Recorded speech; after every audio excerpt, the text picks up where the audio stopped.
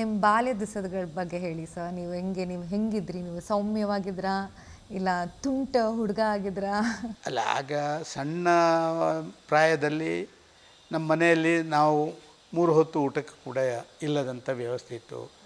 ನಮ್ಮ ತಂದೆ ಈ ಗ್ಯಾಂಗ್ ವರ್ಕರ್ ಅಂತ ಹೇಳಿ ಈ ಹಿಂದೆ ಈ PWD ರಸ್ತೆಯಲ್ಲಿ 5 ಕಿಲೋಮೀಟ್ರಿಗೆ ಈ ಪಾಟ್ ಹಾಲ್ಸ್ ಎಲ್ಲ ತುಂಬಿಸುವಂಥ ಆ ಕೆಲಸ ಕಾರ್ಯಗಳನ್ನು ಮಾಡ್ತಾಯಿದ್ರು. ತಾಯಿ ಮನೆಯಲ್ಲಿರುವಂಥ ಸ್ವಲ್ಪ ಜಾಗದಲ್ಲಿ ನಾವು ನಮ್ಮದೊಂದು ಅವಿಭಜಿತ ದೊಡ್ಡ ಕುಟುಂಬ. ನಾವು ನನ್ನ 2 ಜನ ಚಿಕ್ಕಪ್ಪಂದಿರು ನಾವೆಲ್ಲ ಒಂದೇ ಮನೆಯಲ್ಲಿ ಜಾಯಿಂಟ್ ಫ್ಯಾಮಿಲಿಯಾಗಿ ವಾಸ ಮಾಡ್ತಾಯಿದ್ದೆವು. ನನ್ನ ಚಿಕ್ಕಪ್ಪ ಒಬ್ಬರು ಮಾಸ್ಟ್ರಾಗಿದ್ದರು, ಇನ್ನೊಬ್ಬರು ಮನೆಯ ಜವಾಬ್ದಾರಿಗಳನ್ನು ತಂದೆ ಅವರೆಲ್ಲ ನೋಡ್ತಾಯಿದ್ರು. ನಾನು SLCಯಲ್ಲಿರುವಾಗಲೇ ತಂದೆಯನ್ನು ನಾನು ಕಳ್ಕೊಂಡೆ. ಆಮೇಲೆ ಪೂರ್ತಿ ನನ್ನ ತಾಯಿಯೇ ನಮ್ಮನ್ನು ನೋಡಿ ನಮ್ಮನ್ನೆಲ್ಲ ಬೆಳೆಸಿದ ತಾಯಿಯೇ.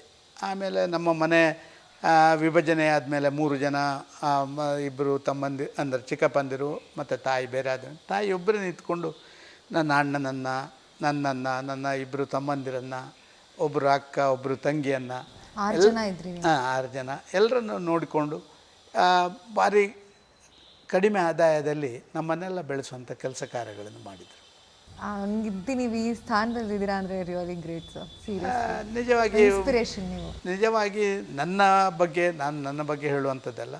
ನನಗೆ ಅನ್ನಿಸಿದೆ ಯಾವುದೋ ಒಂದು ಪೂರ್ವಜನ್ಮದ ಪುಣ್ಯ, ನನ್ನ ತಂದೆ ತಾಯಿಗಳು ಮಾಡಿದಂಥ ಒಳ್ಳೆಯ ಕೆಲಸ ಅದು ಶ್ರೀರಕ್ಷೆಯಾಗಿ ನಮ್ಮನ್ನು ಬೆಳೆಸಿದೆ ಇಷ್ಟೆತ್ತರಕ್ಕೆ.